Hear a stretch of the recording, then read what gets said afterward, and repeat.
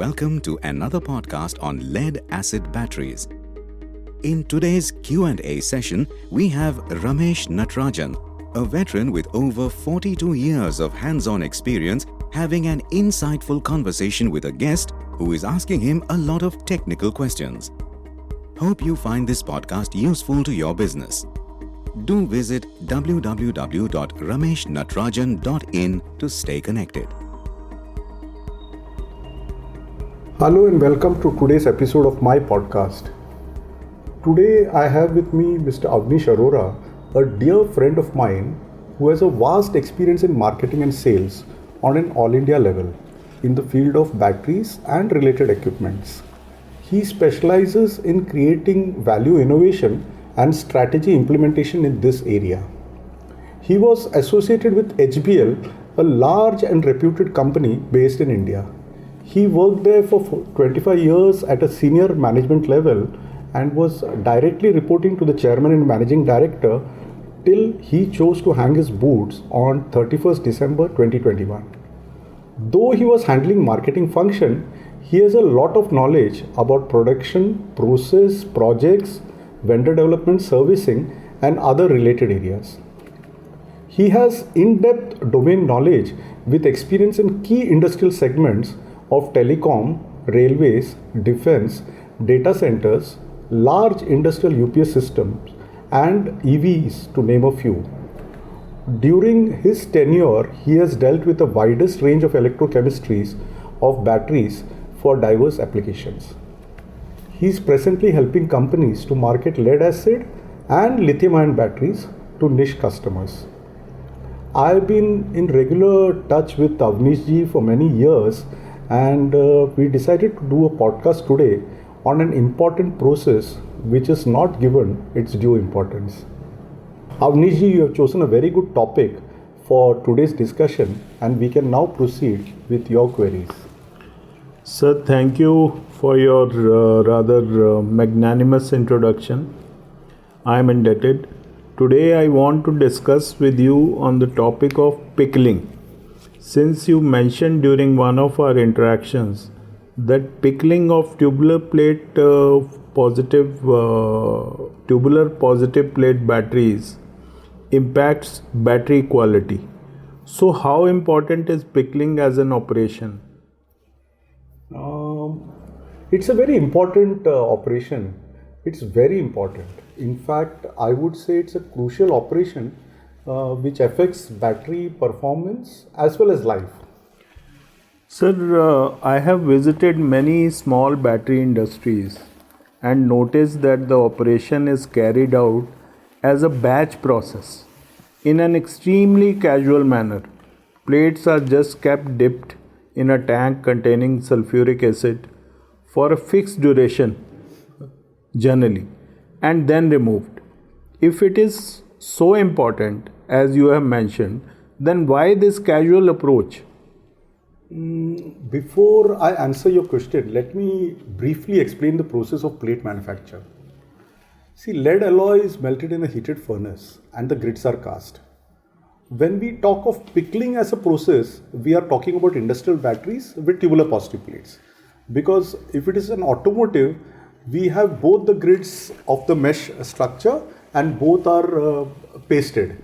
But now we are talking of pickling today. So in this, what happens is the negative grids are cast like a mesh type structure and the positives are the spine type.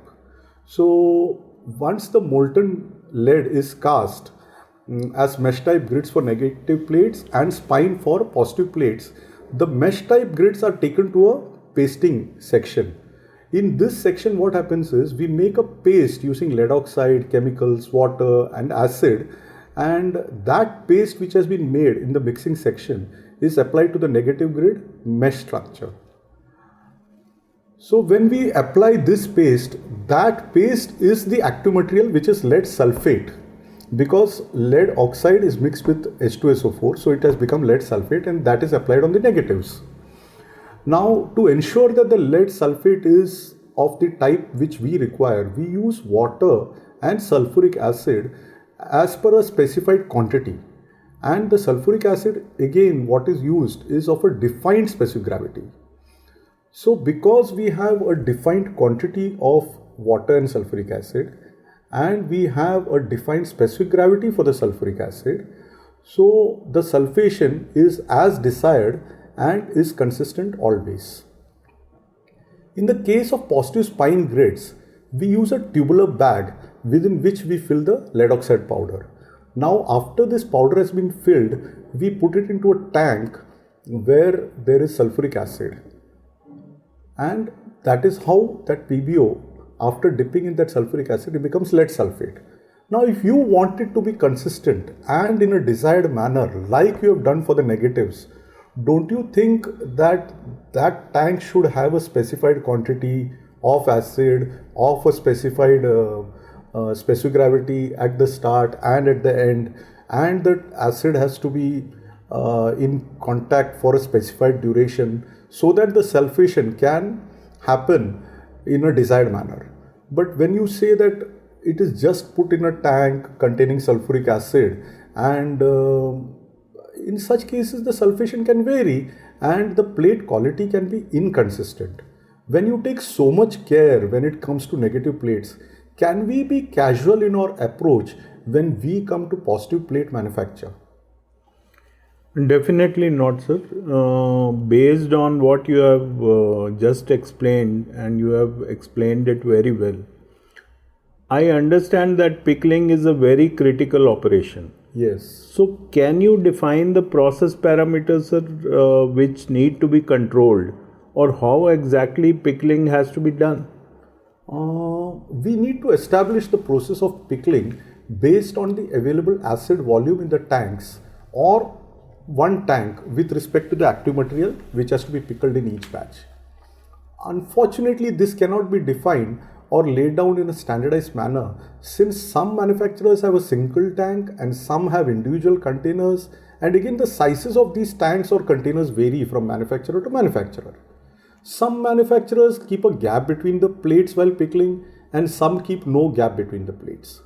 In fact, I've seen plates touching each other more often, and layers of plates are kept standing one over the other two. That means you have layers of plate touching each other at the bottom of the tank, and again another layer kept on the top. Hence, it is very difficult to guide people, but it is possible to tell them what are the conditions for good pickling and the parameters for process control. It is better than defining one particular method as a standardized method or as a one size fits all. For good pickling to take place, there are some conditions which need to be met. We want the maximum temperature to not exceed 55 degrees centigrade, though 50 degrees centigrade is preferable. This shall ensure that the tubular bag is protected from damage. I would personally recommend the end specific gravity to be 1.120, so that we know that the electrolyte used for pickling is acidic towards the end of the pickling when the plates are removed from the pickling tank. A lower specific gravity of 1.080 can also be considered as allowable. We want the acid at the top of the tank and base of the tank to be similar at almost all times during the entire process of pickling. Then another thing is, we want all the plates to be fully immersed in acid throughout the entire period of pickling. We don't want that the pickling has started and the level has gone down and the top of the plates are not dipped in acid. Such a situation is not preferable. See, I am not defining the start specific gravity, since manufacturers consider this sacrosanct, and they define this and base their time duration of pickling on this. And many manufacturers are loath to, they don't want to change that start specific gravity. They say, oh, I have been doing for years, my plates are okay, and I don't want to change the start specific gravity. Okay, that's perfectly fine. And manufacturers must basically have a scientific method of pickling such that the plates are all uniformly sulfated, fully sulfated, as per the requirement, batch after batch and within the same batch. Sir, can you advise on how this is possible given the constraints which you have also mentioned, like non-uniform tanks or jars, like variation of pickling duration, like different sizes and different types of plates, like there is no standardization of start specific gravity, etc. See, unlike the other processes wherein they have the molds in casting section for a uniform grid size and profile, or they have a mixer of a certain capacity, say 100 kg oxide or 500 kg or 1000 kg in a paste mixing section, or they have already defined the humidity and temperature for curing the pasted plates in the curing department, and manufacturers have jigs and fixtures in assembly department, etc., etc. There is no machine or automation with standardization in pickling section. Actually, every manufacturer has his own convenient either a tank or jars or something like that, and they do the pickling. I have come across manufacturers asking me as to what specific gravity I do the pickling at and for what duration. I tell them what they ask me.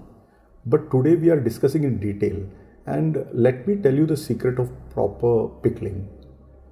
The relationship between the weight of active materials to be pickled, the volume of acid in which the active materials are pickled, the duration of pickling, the start and end specific gravity of acid, the maximum temperature allowable during pickling, all these parameters need to be established for a consistent product.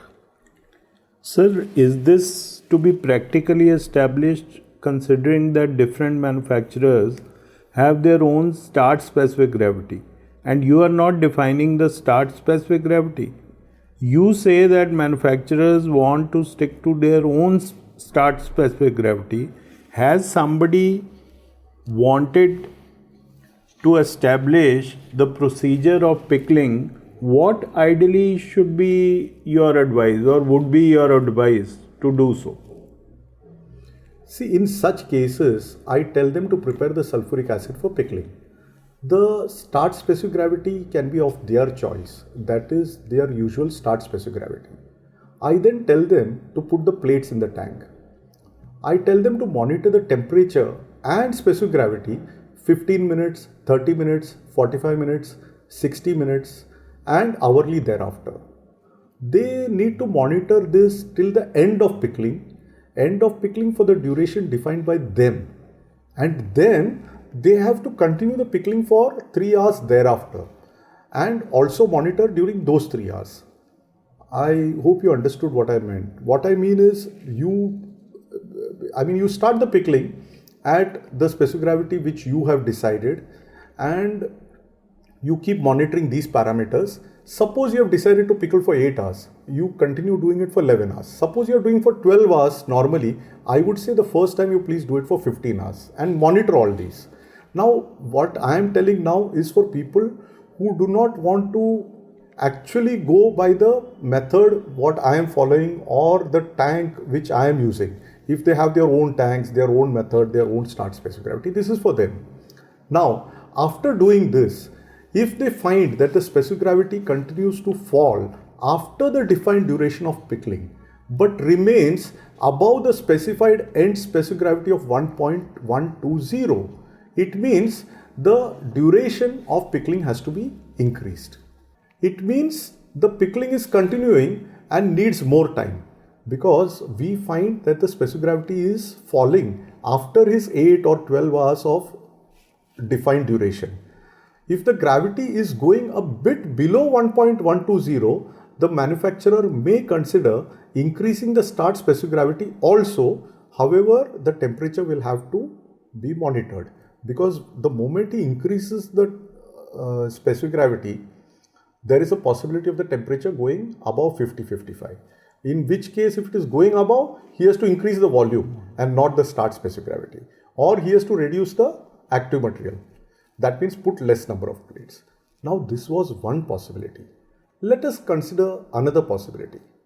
If the temperature is below the safe limit and pickling acid specific gravity is consistently 1.120 or higher for 2 to 3 hours before the end of pickling, and it is stabilized at some specific gravity, we can consider that the acid volume is sufficient for that active material, and duration of pickling is also acceptable, and we can standardize that procedure.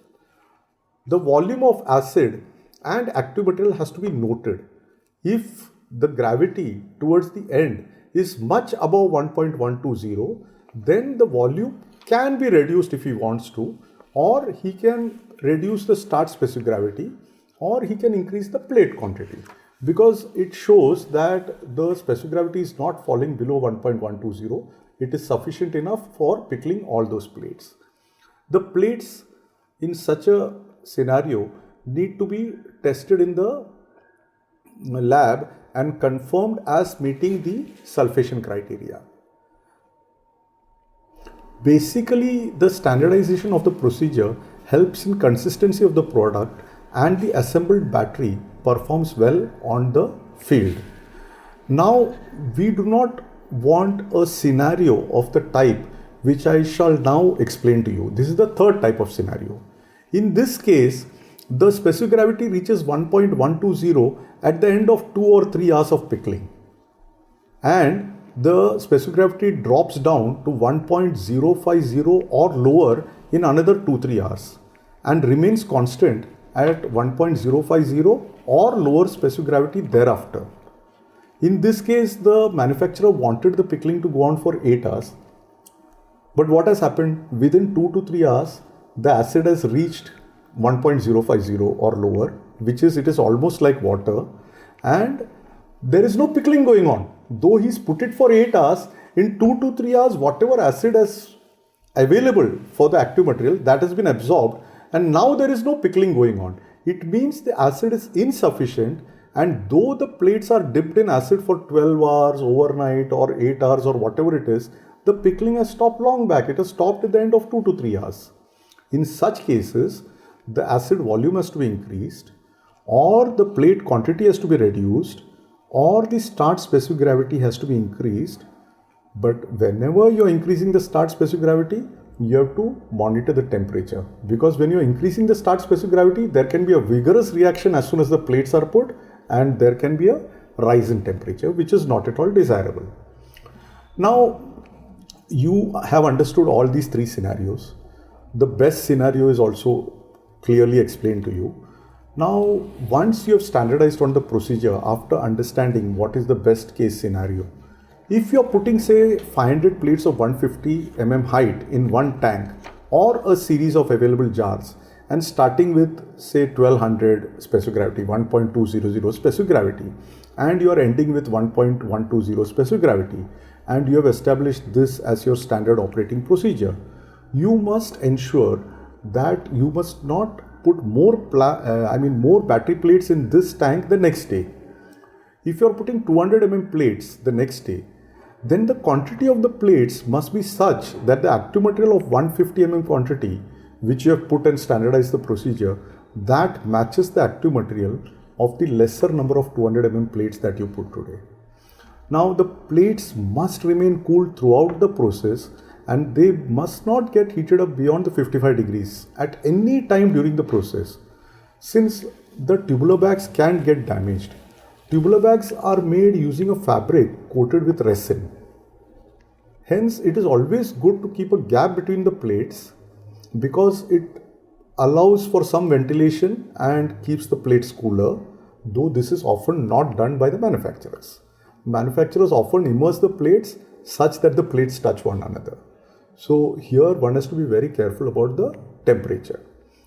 And another thing is, we do not want acid stratification. To ensure that there is no acid stratification, and to also help in cooling the acid may be stirred by bubbling. This, of course, many people do. Many manufacturers I've seen, they use compressed air, but then there is a lot of power which is wasted when you use compressed air. Air at normal pressure can be used intermittently. There are a few methods of doing this. One of this is to use a simple device like the ones used in fish tanks, which serves the purpose. These are inexpensive, and a circuit can be made connected to a timer, and this will ensure that such units run intermittently. As regards the specific gravity, This has to be corrected with respect to the measured temperature. This is more important in countries where you encounter temperatures which are very low or freezing climate countries.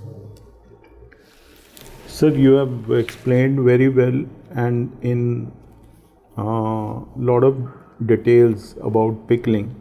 What happens if pickling is not done properly? See, the plates which are taken to the next process after improper pickling behave inconsistently because they are not fully pickled. Suppose we are taking these plates to the formation section and we put these plates in the formation tank. What happens is the plates start getting pickled here. So they lower the specific gravity in those formation tanks. They cause uneven specific gravity in the different formation tanks. They heat up the plates, and you can imagine if the plates are getting heated up because they're getting pickled in the formation tanks, and at the same time you're starting the charging current, they further heat up. This is one.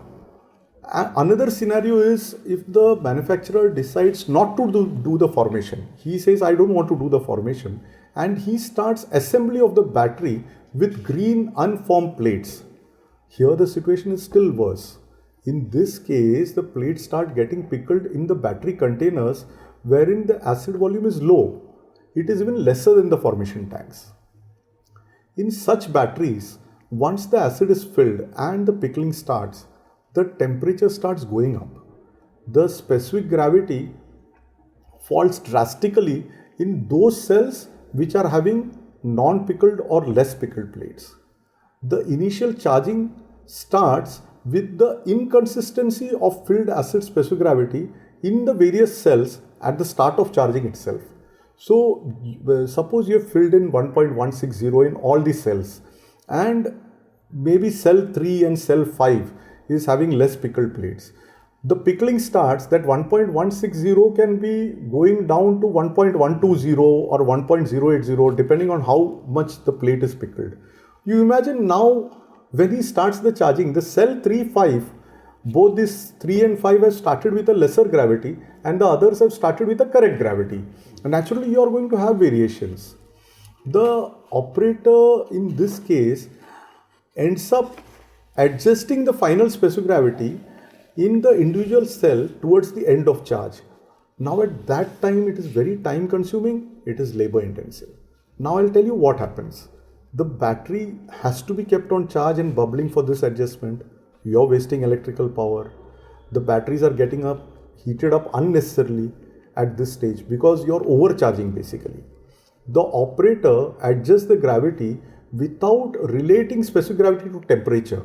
And the temperature is going up because you're overcharging, and you have different specific gravities in different cells because each cell may be at a different temperature.